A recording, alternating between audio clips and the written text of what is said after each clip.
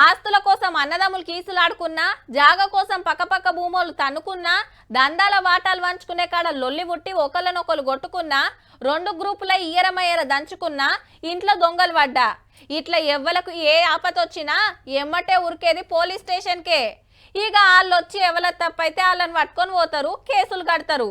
లొల్లులు కొట్లాటలు కాకుండా చూస్తుంటారు. అసొంటిది ఓ పెద్దసారి ఇంట్లో లొల్లి పుట్టి ఏందాకా పోయిందంటే, పాపం కర్ణాటక మాజీ DGP Om Prakash sir murder అయిండు.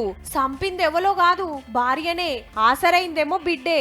పెన్మిటిని కత్తితోటి ఒడిచి పెయ్యంత కారం జల్లిందట. ఏడుస్తుంటే ఇంకింత ఎక్కువ వేసిందట అమ్మగారు.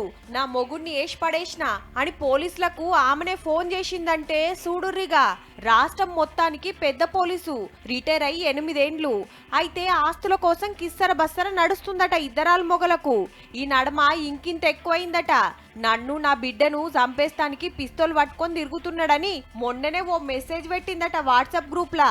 ఇక ఐతారం పుట మళ్ళేం లొల్లు పుట్టిందో.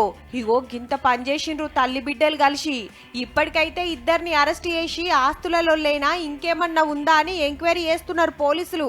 సారు సర్వీసులు ఉండంగా ఎన్నో ఆస్తుల కొట్లాటలు పంచాదులు తశ్వ చేసి ఉంటాడు. మర్డర్ చేసిన వాళ్ళను ఎందరినో పట్టుకొని ఉంటాడు.